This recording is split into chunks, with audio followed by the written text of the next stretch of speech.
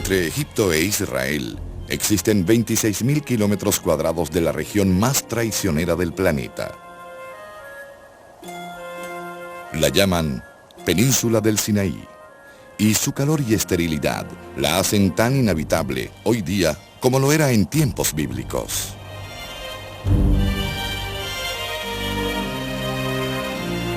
Pero durante 40 años, una tribu de esclavos de un faraón enfrentó estas inhóspitas condiciones al intentar huir a la Tierra Santa, una tierra prometida a los israelitas por su Dios.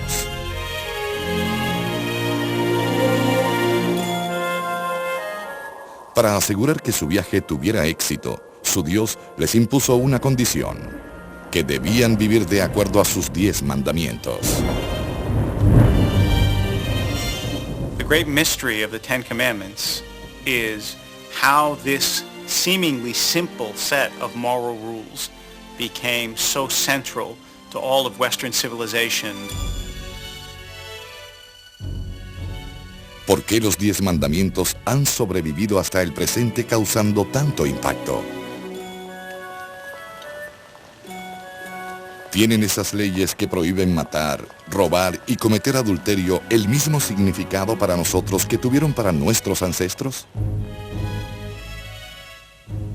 ¿Por qué ordenó Moisés la matanza de 3.000 hebreos en el Sinaí?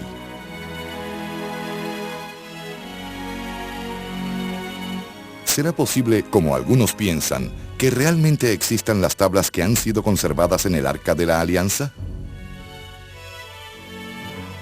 Estos son algunos de los misterios de la Biblia.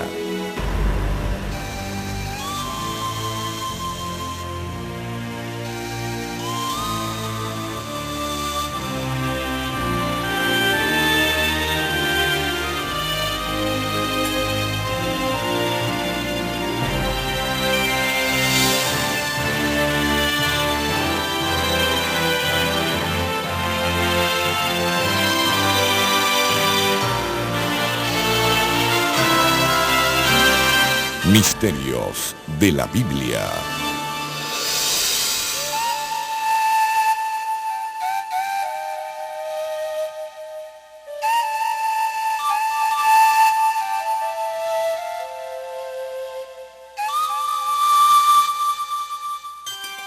Los 10 mandamientos. Primera parte. Los elegidos.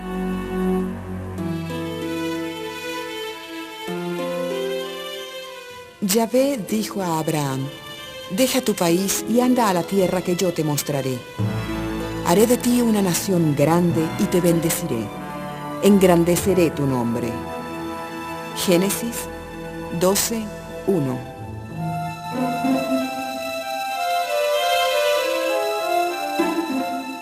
Así habló Dios a Abraham, nombrándolo patriarca de los hebreos.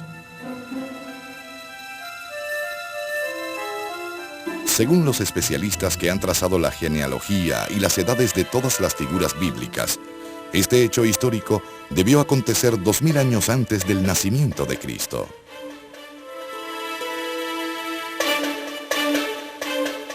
Pero 2000 años más tarde, no se había formado aún nación alguna por la tribu de Abraham.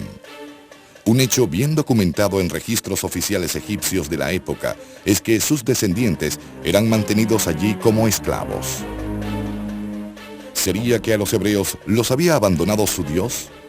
¿O, como pensaban los que tenían fe, estaba Dios esperando a otro mortal especial que pudiera hacer cumplir su voluntad? Moisés, en su juventud, había matado a un guardia egipcio que estaba golpeando a un esclavo hebreo, teniendo que escapar para salvar su vida. Años más tarde, atendía un rebaño en la tierra de Nidia, a cientos de kilómetros al este de Egipto. Un día, se encontró con un arbusto que ardía, pero que de manera inexplicable no se consumía por el fuego. Según las Escrituras, es en este momento que Dios lo escoge como sucesor de Abraham.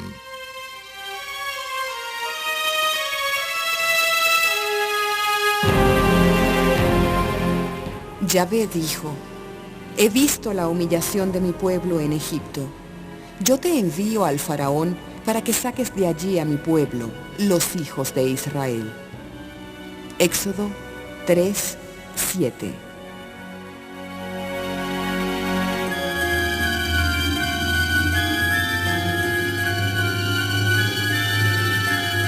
Con la ayuda consoladora de Dios, 10 plagas devastadoras caen sobre Egipto.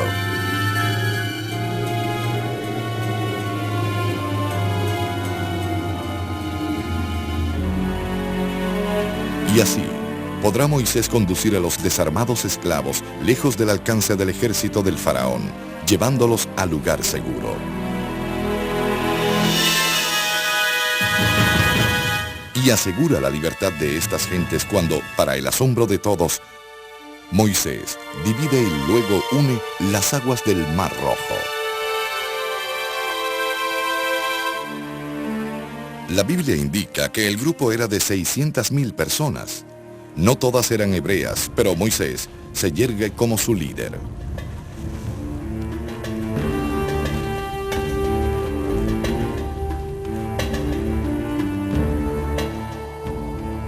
Al llegar a las montañas del desolado Sinaí, donde Dios le había hablado por primera vez, este le dijo a Moisés lo que esperaba ahora de él.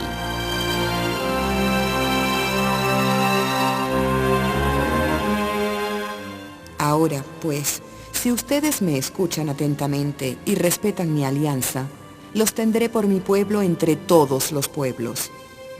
Éxodo 19:5.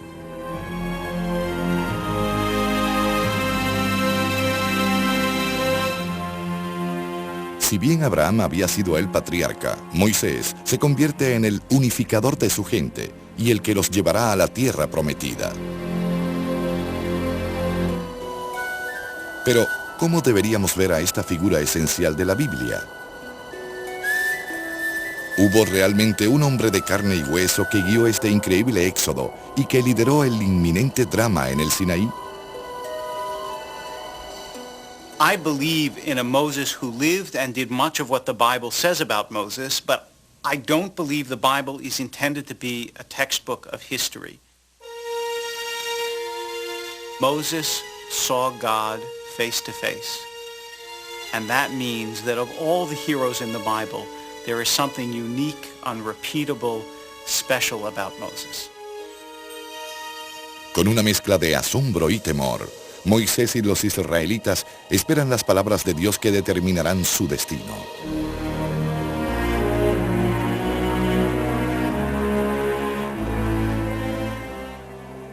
El Sinaí entero humeaba, porque Yahvé había bajado en medio del fuego. Todo el monte temblaba con violencia. Moisés hablaba, y Dios le contestaba con el trueno. Éxodo 19:18.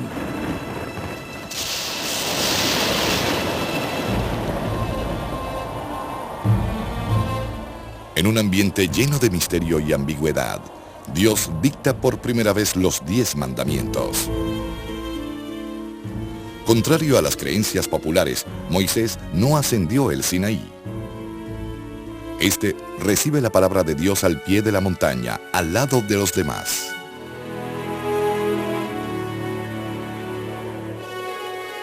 No tengas otros dioses fuera de mí.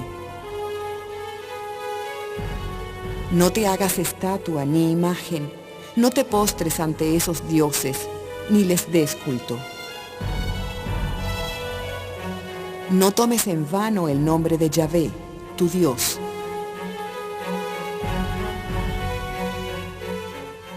El día de descanso será para ti un día sagrado. Respeta a tu padre y a tu madre.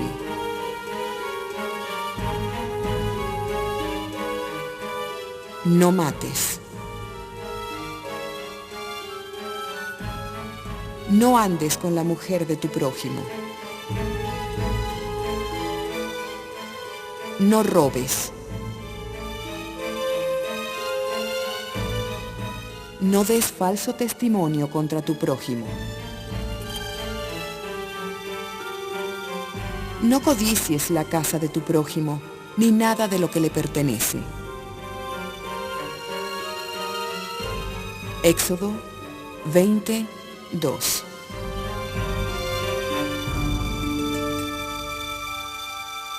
Estos fueron y serán siempre los 10 mandamientos. When God came to little Israel, so recently enslaved, having nothing, they said, yes, we will take this law code. Yes, we will take this Torah. And that will be the heart of who we are.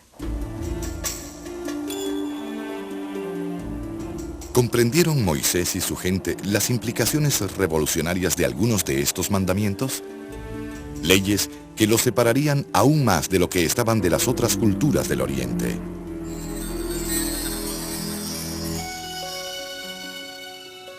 A nuestro regreso, veremos cómo Moisés recibe las tablas de Dios, no una, sino 2 veces. Y a su retorno de la montaña, ordena que hermanos se maten entre sí. Pero, ¿por qué?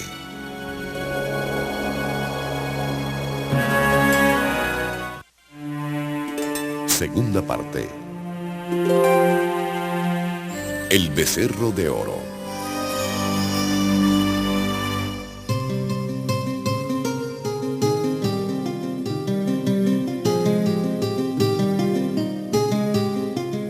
En los últimos 3.500 años, desde que Moisés guió a su gente al monte Sinaí para recibir los 10 mandamientos, no se ha conseguido evidencia alguna que indique en cuál de estas montañas que surgen de este ardiente desierto se llevó a cabo este drama histórico y bíblico.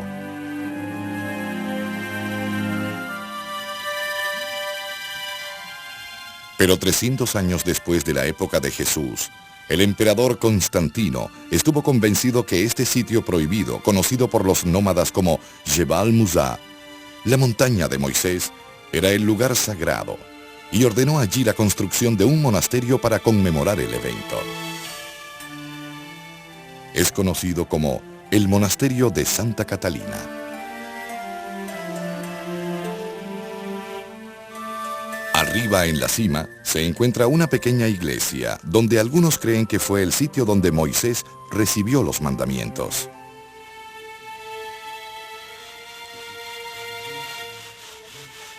Pero los arqueólogos no han podido encontrar evidencia alguna que esta gente haya estado aquí en la antigüedad, o como la Biblia también indica que hayan vagado durante 40 años por este desierto.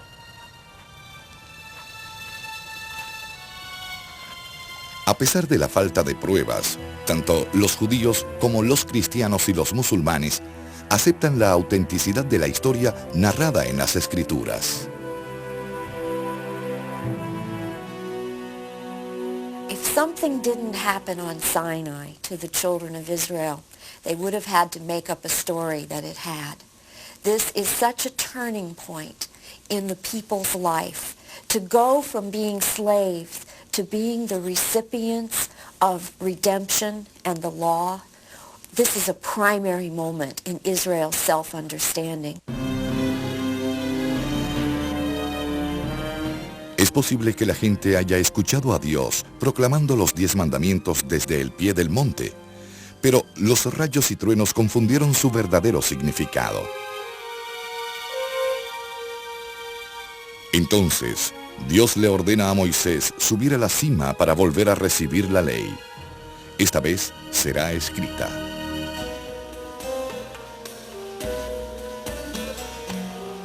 Los israelitas estaban muy familiarizados con el Código de Hammurabi, un grupo de leyes sofisticadas por las que regían los faraones, al igual que los sistemas legales de otras sociedades del cercano Oriente.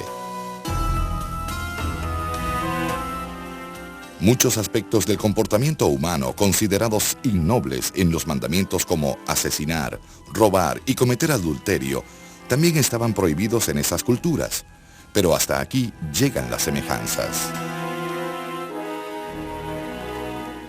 Los 3 primeros mandamientos declaraban enfáticamente que el Dios de los hebreos era diferente a todos los demás dioses conocidos en el cercano Oriente. No podía haber un Dios del sol, un Dios de la lluvia, ni tampoco un Dios de la guerra. Solo un Dios invisible, el cual, los humanos nunca debían intentar representar en forma de ídolos o referirse a este de modo irreverente. Part of what's going on in the Ten Commandments is they're making the point, we are not the Egyptians. Part of what it's saying is you won't be like those people who enslaved you and who were so committed to their monumental architecture, they didn't care how many of your people died making the monumental architecture.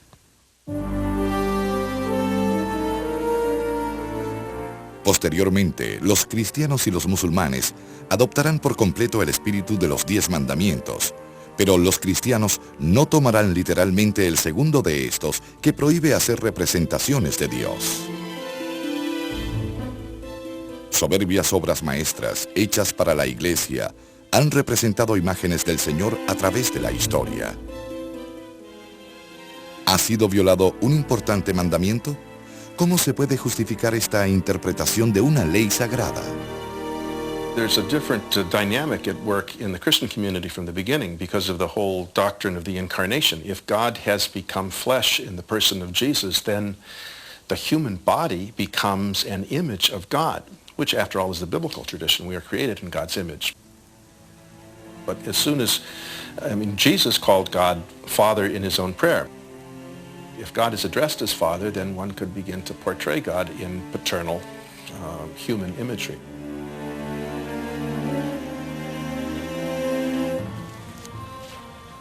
Pero para aquellos seguidores de la fe judía, nunca ninguna representación de Yahvé ha sido permitida.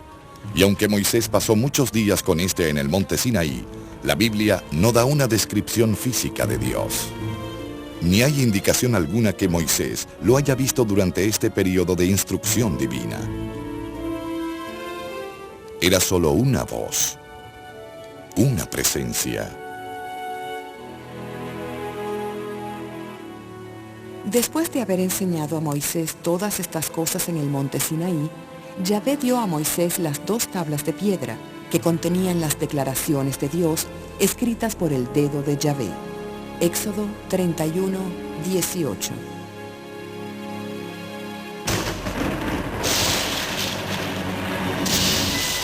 Entonces Dios se enoja y ordena a Moisés a bajar de la montaña.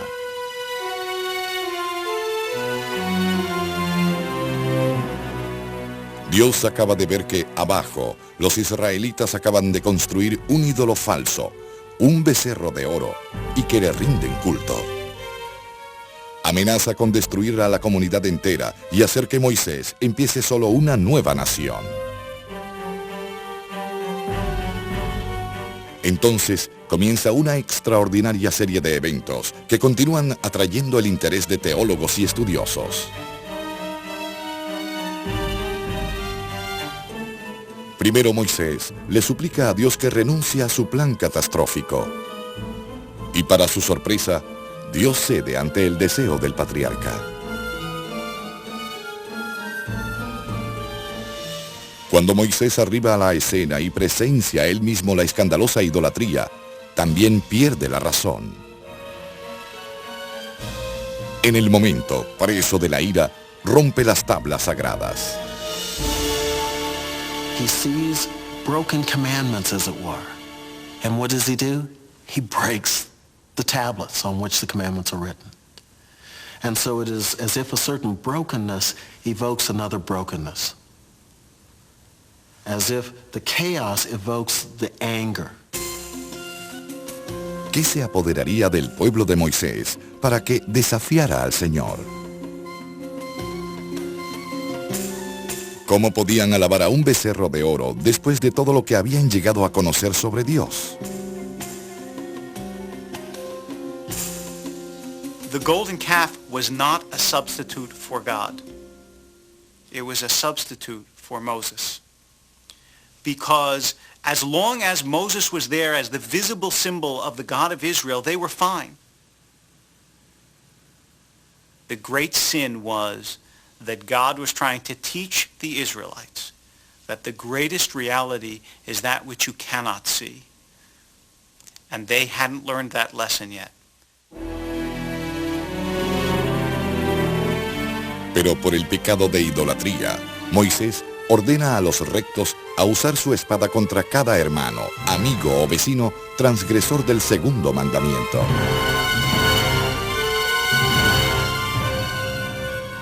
Los de la tribu de Leví cumplieron la orden de Moisés y perecieron aquel día unos 3,000 hombres del pueblo. Éxodo 32, 28. El cuarto mandamiento, no matarás, que se le había entregado ya 2 veces a Moisés, parece haberse ignorado por completo. ¿Cómo se podía reconciliar este terrible acto con la propia ley? For that beginning community, bad religion was seen as contagious. Think of it as a bad infection. When the Levites kill those persons, their task is to cut out the infected portion, and in doing so, get back to the true religion. The correct translation of the commandment is not "thou shalt not kill," but "thou shalt not murder." The Bible clearly believes that in certain circumstances killing is justified. Pero la violencia en el Sinaí es un episodio excepcional en el Testamento hebreo. Mas nunca se matarán tantos hermanos entre sí.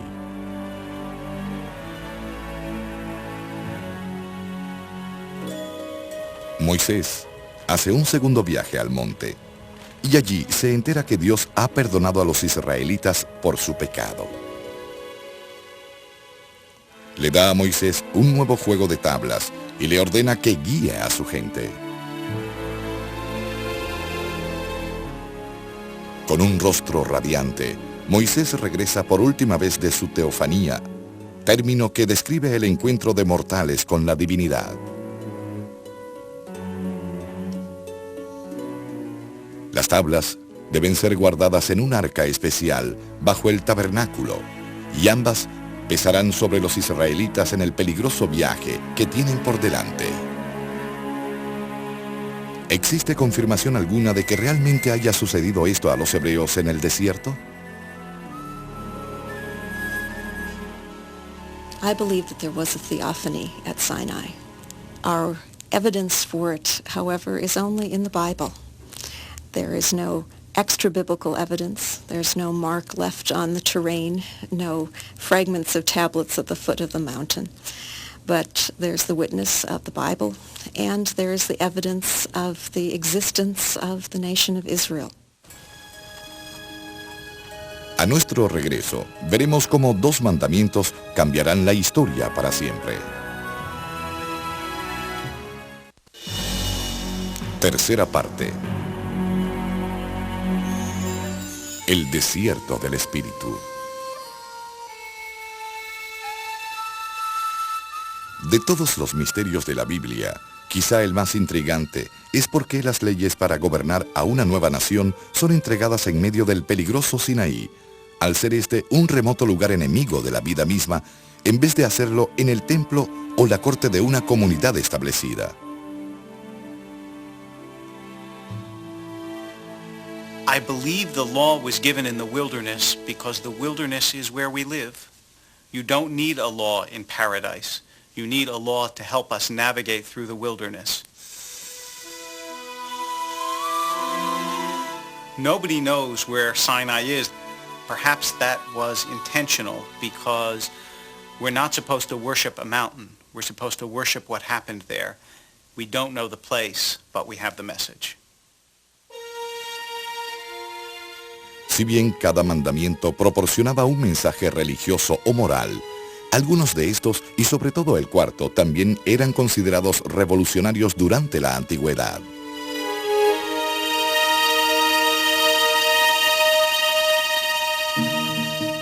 El día de descanso será para ti un día sagrado. Que nadie trabaje, ni tú, ni tus hijos, ni tus hijas, ni tus siervos, ni tus siervas, ni los forasteros que viven en tu país. Éxodo 20:8.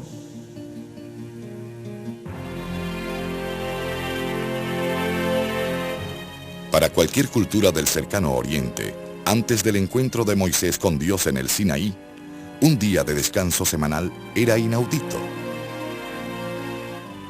Y ahora, una ley sagrada decretaba que todo el mundo, incluyendo los esclavos, debían respetar el mandamiento. Los 10 mandamientos también reconocían la tradición que permitía que los mismos hebreos tuvieran esclavos. When we talk about Hebrews as slaves to Hebrews, more typically we're talking about debt slavery. If you fall into debt, a way to take care of your debt is debt slavery. So first we have to remember this is not the kidnapping of persons from one continent to be slaves in a different continent. In Mesopotamia, you hurt or injured a slave, you would pay damages to their master. In Israel, if you harm a slave, the slave goes free.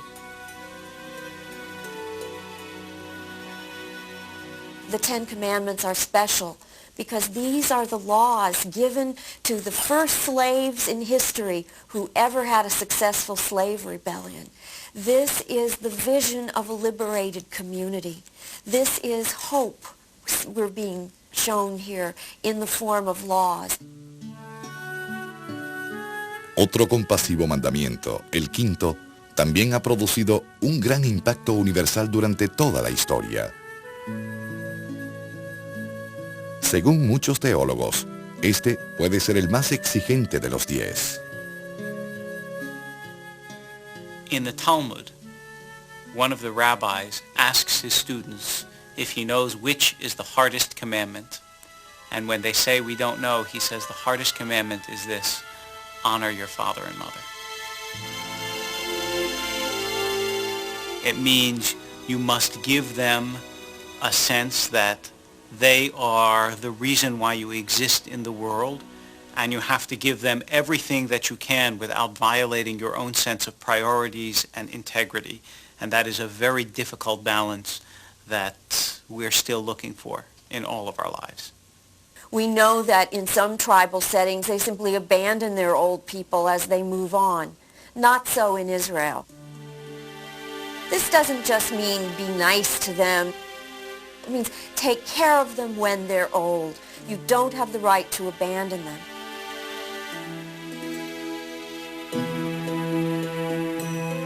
La mayoría de los 10 mandamientos que fueron entregados a Moisés son muy claros.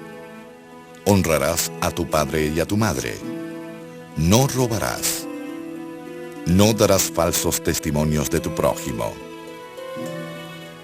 Estos expresan claramente el comportamiento necesario para que, en todas las épocas de la historia, cualquier sociedad con ética pueda sobrevivir. Pero parece haber una evidente omisión en la presentación de estas leyes, puesto que no existe mención alguna de castigo si son violadas.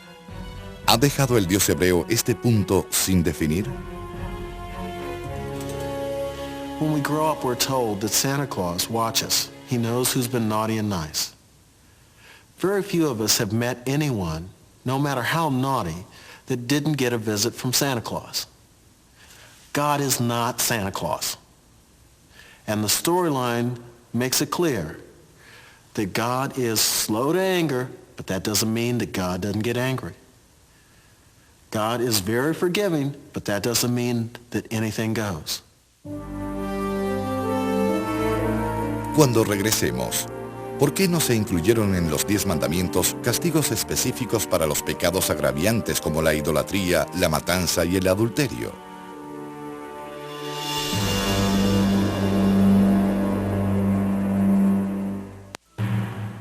Cuarta parte. Crimen y castigo.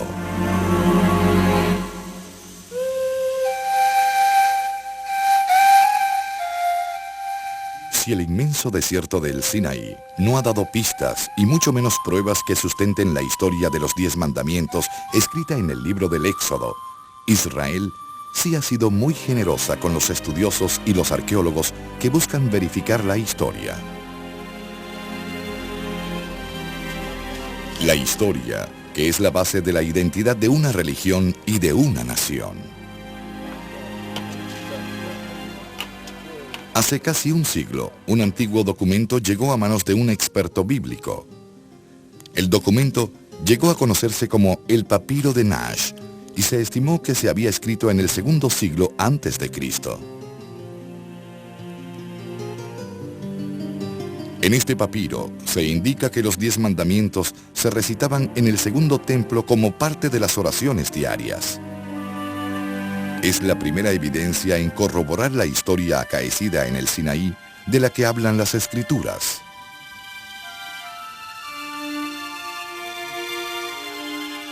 Esto no prueba que el ritual se practicaba 1000 años antes del segundo siglo, cuando se entregaron por primera vez los mandamientos, pero sí sugiere que el legado de Moisés produjo un gran impacto y que tuvo un gran poder de permanencia.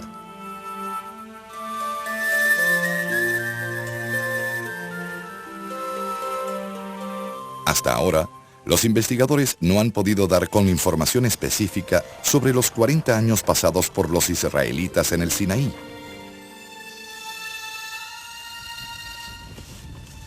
Pero extensos conocimientos sobre culturas tanto urbanas como nómadas de hace 3500 años han ayudado a comprender el significado y la razón de ser de los 10 mandamientos.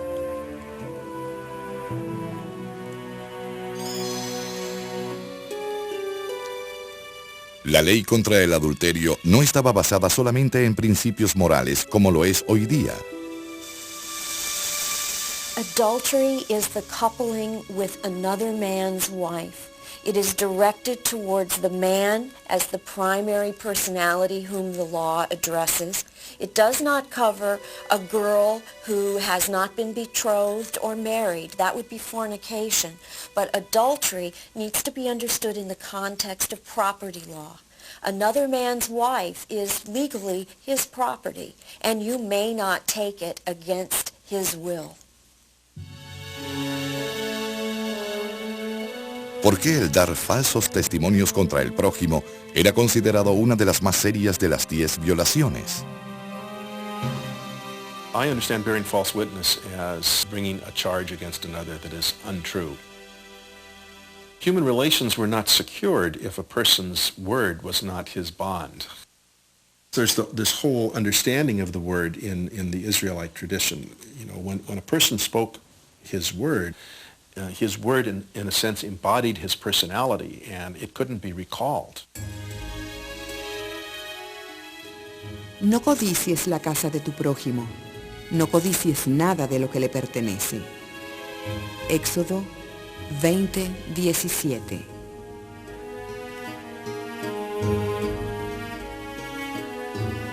El 10º mandamiento es considerado por mucha gente como el más provocador de todos los recibidos por Moisés y los israelitas. Ningún otro mandamiento se refería a lo que uno pensaba, a lo que estaba dentro del subconsciente. There was the assumption that if you coveted in your head, what happened in your head would move to your hands. And so coveting, while we might think of it as an obscure law that really we can't deal with because it's in our heads, is one of the most important of the 10 Commandments. Because once you start wanting what somebody else has, and that somebody else is someone who's in your group, then you quit being a group. Adulterio. Dar falsos testimonios. Codiciar lo que tiene tu prójimo. Todos pecados en ojos de un Dios cuyos mandamientos han sido entregados para la posteridad. Pero ningún castigo ha sido prescrito en caso de que estas órdenes sean desobedecidas. ¿Cómo pueden haber leyes si no hay consecuencias para aquellos que las incumplan? Muchos otros libros de la Biblia hebrea incluyen listas de castigos para cientos de crímenes. Un comportamiento sacrílego o antisocial, desde rituales inapropiados hasta el incesto, es condenado, trayendo consigo castigos que van desde multas hasta ser apedreado hasta morir.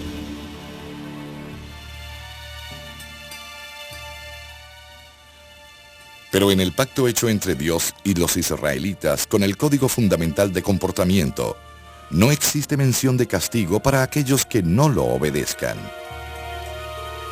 Los eruditos bíblicos tienen diversos puntos de vista en cuanto a esta interrogante. It is not a list of laws that some civil or religious authority is meant to go out and enforce. When one violates God's will, as expressed in the commands, it is a violation of the relationship. Just as when we hurt someone whom we love, our response of disappointment in ourselves and pain at the hurt we have caused, guilt and shame are appropriate responses. These are laws before Freud.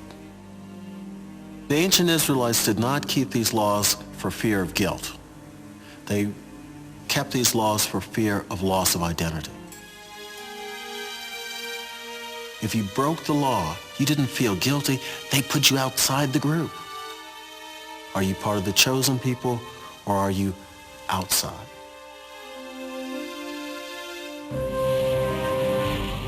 Entre los infinitos misterios de la Biblia, uno que continúa confundiendo a los expertos es ¿por qué Moisés decide repetir los mandamientos en voz alta justo cuando está entrando con su gente a la tierra prometida?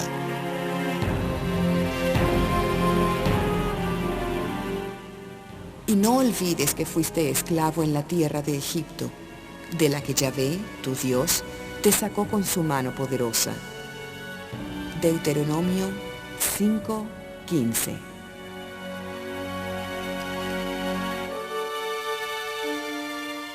Este pensamiento, expresado ahora por Moisés cuando cita el cuarto mandamiento, no aparece dentro del texto del libro del Éxodo.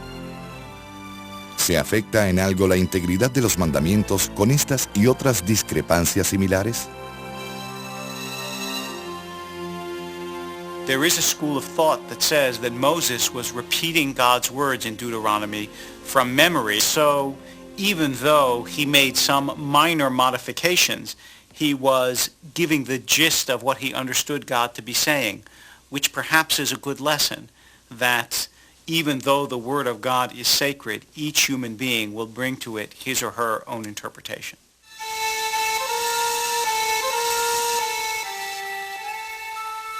La inmensa península del Sinaí es hoy tan poco provocativa como lo fue para las masas que siguieron a Moisés a través de ella hace miles de años.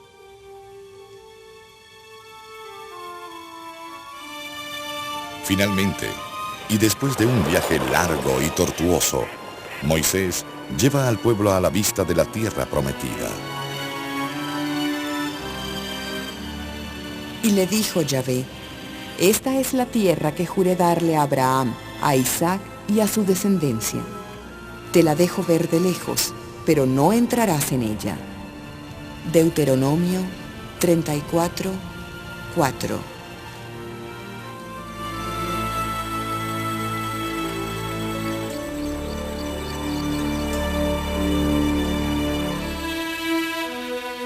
Y entonces, Moisés muere. Durante su larga vida, había guiado a su gente lejos de la esclavitud de Egipto, llevándolos a la tierra prometida. Pero también había asesinado y desobedecido a Dios de otras maneras. Entonces, ¿por qué escogió Dios a un hombre tan imperfecto para crear una nueva nación?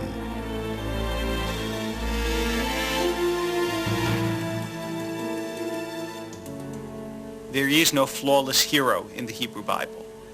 But by giving us a full picture of Moses, even when Moses stumbles, it enables us both to understand what it is to be a hero and perhaps to push ourselves a little further, to aspire a little higher because we have this image of Moses. Tenemos también el notable legado de Moisés en la forma de los primeros 5 libros de la Biblia. La mayoría de los eruditos están convencidos de que estos libros fueron escritos siglos después por sacerdotes de templos, pero también creen que eventos fundamentales como la entrega de los 10 mandamientos podrían estar basados en hechos reales.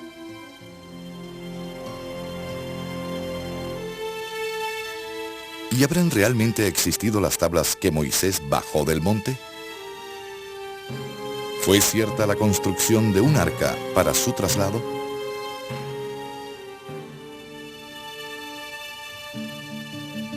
¿Fue cargada por el desierto por los israelitas por 40 años? Según libros posteriores de la Biblia, sí.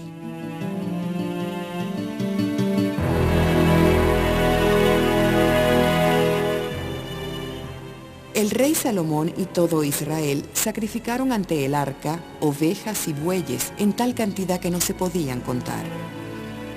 Los sacerdotes llevaron el arca de la alianza de Yahvé a su sitio en el santuario. Ese es el lugar santísimo. Primero Reyes 8:5.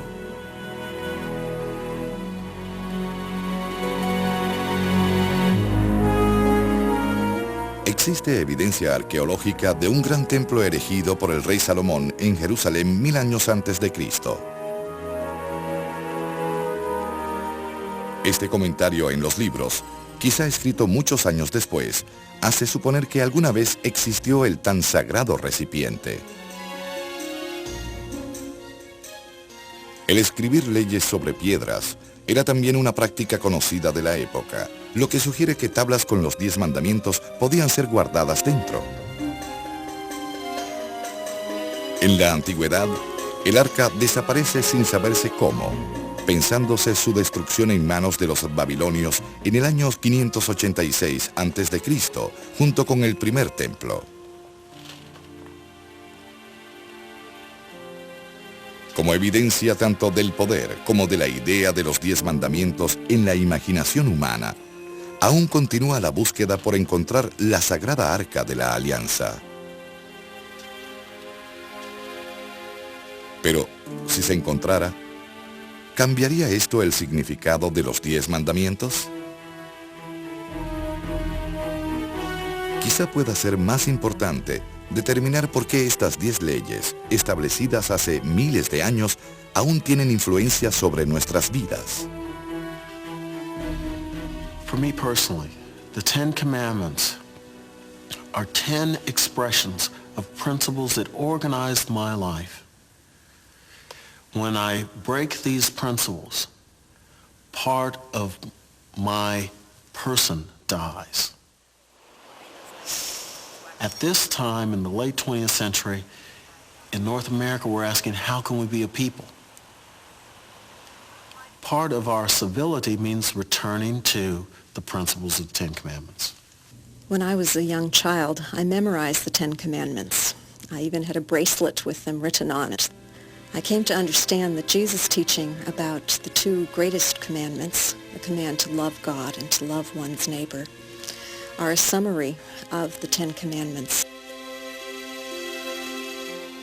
For me, the 10 Commandments are the bedrock of our moral tradition, but it's the foundation stone of an ethical vision and of a moral life. The 10 Commandments are irreplaceable. To me, the 10 Commandments are both a constraint and a liberation.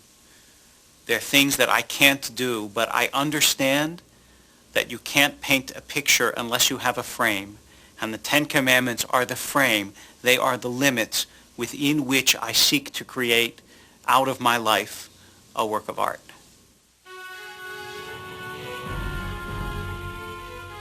Puede parecer algo milagroso que 10 leyes, propuestas por primera vez en el ambiente místico de hace miles de años, hayan llegado a definir el comportamiento religioso y social de todo el mundo occidental.